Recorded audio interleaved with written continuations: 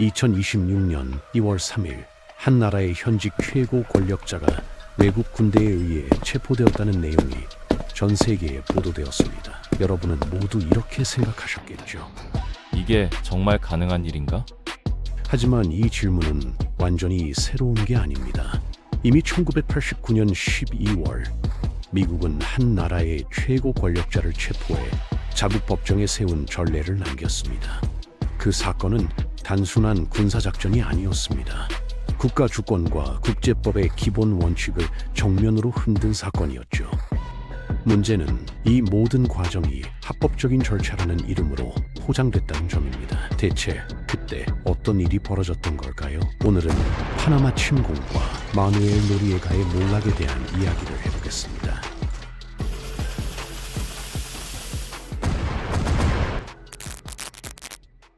마누엘 노리에가는 1934년 파나마의 가난한 동네에서 태어났습니다. 어린 시절부터 권력에 대한 욕망이 강했던 그는 군에 입대하면서 인생의 전환점을 맞이하게 되죠. 1960년대부터 군 정보부에서 일하기 시작한 노리에가는 빠르게 승진 가도를 달렸습니다. 그가 가진 건 단순한 군사적 능력이 아니었어요. 정보를 다루는 법, 사람을 조종하는 법, 그리고 양쪽 진영을 오가며 자신의 이익을 챙기는 법을 완벽하게 터득했거든요.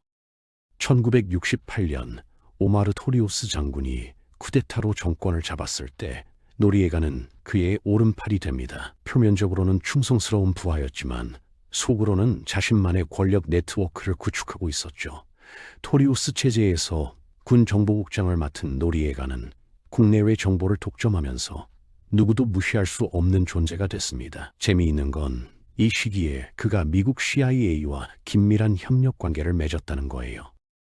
냉전 시대의 중남미는 미국과 소련의 대리전 무대였습니다. 미국은 공산주의 확산을 막기 위해 이 지역의 군부 인사들과 적극적으로 손을 잡았고 노리에가는 그 완벽한 파트너였죠. 쿠바의 카스트로 정권, 니카라과의 산디니스타 정부, 엘살바도르의 게릴라 조직에 대한 정보를 미국에 제공하면서 노리에가는 미국 정보기관의 핵심 자산이 됐습니다. CIA는 그에게 매년 수십만 달러를 지급했고 그의 불법 활동들은 눈 감아줬어요. 이건 전형적인 거래였습니다. 미국은 정보를 얻고 노리에가는 보호를 받았죠.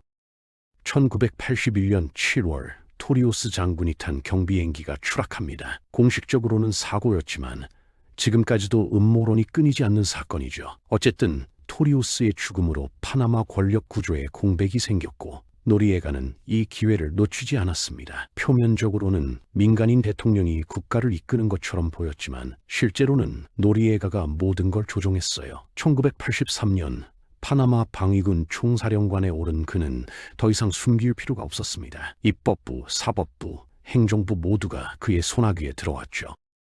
노리에가의 권력은 절대적이었습니다. 그를 비판하는 언론인은 실종됐고 반대파 정치인들은 망명을 택했어요. 선거는 형식적으로 치러졌지만 결과는 이미 정해져 있었죠. 파나마는 겉으로는 민주국가였지만 실제로는 군사 독재 국가였습니다. 그런데 노리에가에게는 권력만으로는 부족했어요. 그는 더 많은 돈을 원했고 그 돈을 마약 밀매에서 찾았습니다. 1980년대 콜롬비아 메데인 카르텔은 전 세계 코카인 시장을 장악하고 있었습니다. 파블로 에스코바르가 이끄는 이 조직은 매년 수십억 달러를 벌어들였는데 문제는 이 마약을 미국으로 운송하는 경로였죠. 파나마는 지리적으로 완벽한 중간 기착지였습니다. 남미와 북미를 연결하는 교통의 요지였고 파나마 운하를 통해 전 세계 선박이 드나들었거든요. 노리에가는 이 기회를 놓치지 않았어요. 그는 카르텔에게 파나마 영토를 마약 운송 루트로 제공하고 그 대가로 엄청난 수수료를 받았습니다. 처음에는 단순한 통과 허용이었지만 점점 노리에가의 역할이 커졌습니다. 마약 자금을 세탁하는 은행을 보호하고 적발된 마약을 다시 돌려주고 심지어 DEA 미국 마약 단속국 요원들의 수사 정보를 카르텔에 넘기기까지 했죠. 노리에가는 한편으로는 미국의 마약 단속 협조하는 척하면서 다른 한편으로는 마약 조직의 최고 파트너로 활동했습니다. 이런 이중 플레이가 한동안 먹혔어요. 미국 정보기관은 그가 여전히 유용한 자산이라고 판단했고 그의 범죄 행위를 묵인했거든요.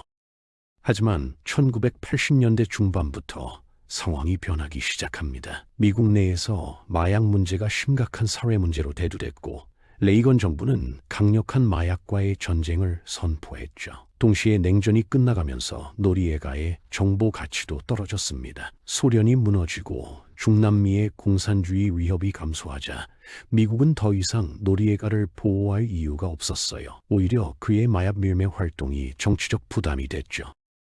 1986년 파나마 내부에서 폭로가 터져 나왔습니다. 노리에가의 전 부하였던 군 장교가 언론에 그의 범죄 행위를 상세히 폭로했어요. 마약, 밀매, 돈 세탁, 정적 암살, 선거 조작까지 모든 게 드러났죠. 파나마 국민들은 충격에 빠졌고 국제사회도 주목하기 시작했습니다. 미국 의회는 청문회를 열었고 언론은 연일 노리에가의 범죄를 보도했어요. 압박이 거세지자 노리에가는 오히려 더 강경하게 나왔습니다. 반대파를 탄압하고 언론을 통제하고 미국을 공개적으로 비난했죠.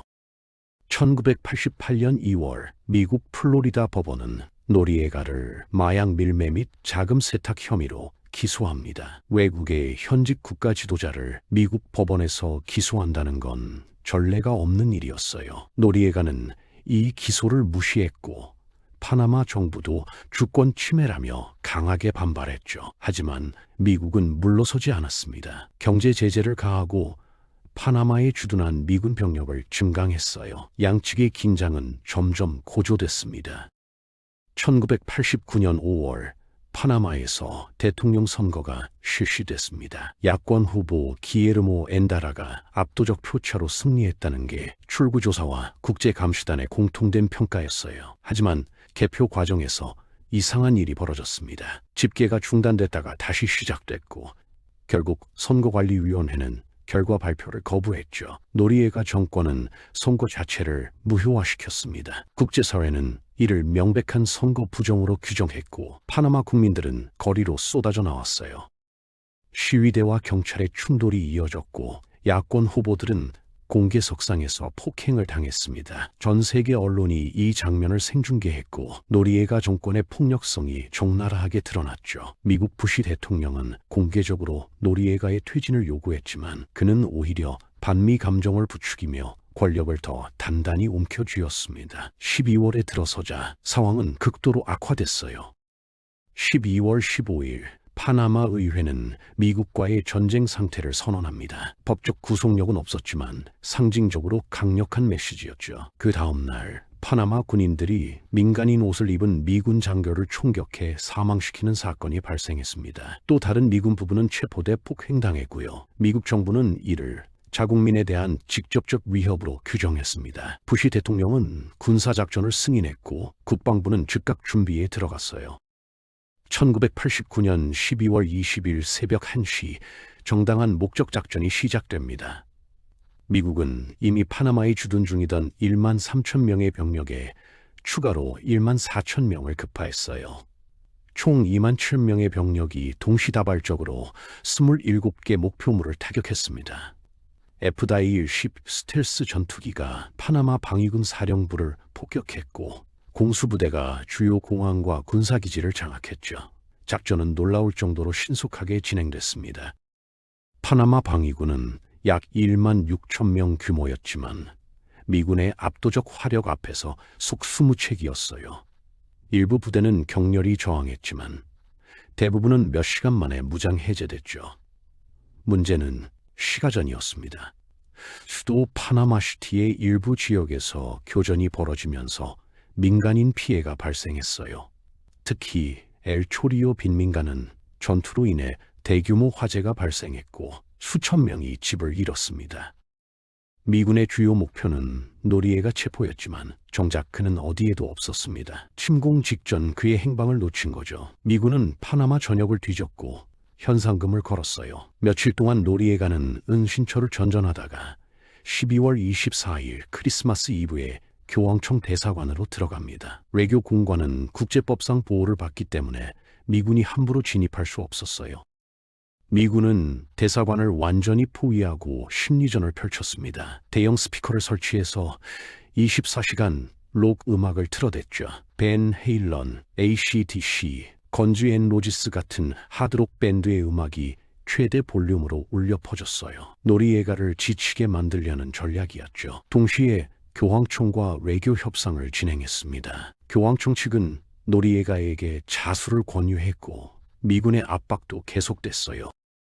1990년 2월 3일 열흘간의 대치 끝에 노리에가가 항복합니다. 그는 파나마 방위군 제복을 입고 대사관 밖으로 나왔고 즉시 미군에 체포됐어요. 한 나라의 실질적 최고 권력자가 외국 군대에 체포돼 수갑을 차는 장면은 전 세계에 생중계됐습니다. 몇 시간 후 노리에가는 미국은 수송기에 실려 플로리다로 이송됐고 그곳에서 미국 법정에 섰죠. 재판은 1991년부터 시작됐습니다. 노리에가 측은 재판의 정당성 자체를 부정했어요. 외국의 국가 원수를 미국 법원이 심판할 권한이 있느냐는 거였죠. 하지만 미국 법원은 이를 받아들이지 않았습니다. 8개월간의 재판 끝에 1992년 노리에가는 마약 밀매, 자금 세탁, 공갈 등 8개 혐의에서 유죄 판결을 받았어요. 징역 40년이 선고됐고 나중에 30년으로 감형됐죠. 노리에가는 미국 교도소에서 17년을 복역했습니다. 그 사이 프랑스가 그를 돈 세탁 혐의로 기소했고 2010년 노리에가는 프랑스로 인도됐어요. 프랑스 법원에서도 유죄를 선고받은 뒤 2011년 마침내 파나마로 송환됩니다. 파나마 법정은 그에게 정치적 살인 혐의로 징역 60년을 선고했죠. 노리에가는 파나마 교도소에서 복역하다가 2017년 뇌종양으로 사망했습니다. 향년 83세였어요.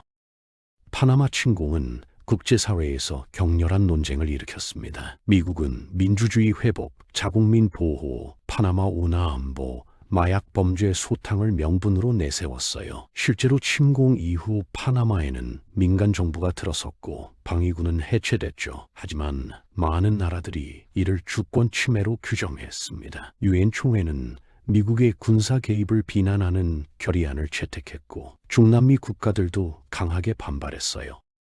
가장 큰 논란은 민간인 피해였습니다.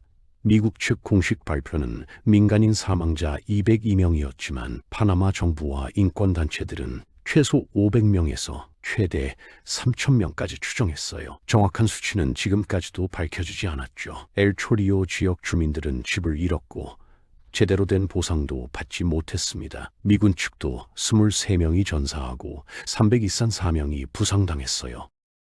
법적으로도 많은 문제가 제기됐습니다. 한 나라가 다른 나라를 침공해서 그 나라 지도자를 체포한 뒤 자국 법정에 세운다는 건 국제법의 기본 원칙에 어긋난다는 주장이었죠. 국가 주권, 내정 불간섭 원칙, 무력 사용 금지 같은 유엔 헌장의 핵심 조항들이 무시됐다는 비판이 쏟아졌어요. 반면 일각에서는 노리에가의 범죄 행위가 워낙 심각했고 파나마 국민들이 고통받고 있었기 때문에 개입이 정당했다는 의견도 있었습니다. 파나마 침공은 냉전 이후 미국 외교 정책의 전환점이기도 했습니다. 소련이라는 적이 사라지자 미국은 새로운 개입 명분을 찾아야 했어요. 민주주의 확산, 마약과의 전쟁, 인권 보호 같은 가치가 군사 개입의 정당화 논리로 등장했죠. 파나마 침공은 이런 새로운 패러다임의 첫 사례였고 이후 소말리아, 하이티, 보스니아 개입으로 이어졌습니다. 노리에가 사건이 우리에게 던지는 질문은 명확합니다. 국가 주권과 국제 정의 사이에서 어디까지가 허용될 수 있을까요? 범죄를 저지른 국가 지도자를 어떻게 처벌해야 할까요? 미국의 파나마 침공은 이 질문에 대한 하나의 답이었지만 동시에 새로운 논란의 시작이기도 했죠. 30년이 넘게 지난 지금도 이 사건은 국제 정치와 국제법 강의실에서 빠지지 않고 등장합니다. 결국 노리에가는 자신이 만들어온 구조 안에서 무너졌습니다. 미국과 협력하면서 동시에 거리를 두었고 권력을 유지하려다 모든 것을 잃었습니다. 그의 몰락은 한 개인의 비극이면서도 냉전 시기 강대국과 약소국 관계가 어떻게 작동했는지를 보여주는 사례이기도 합니다.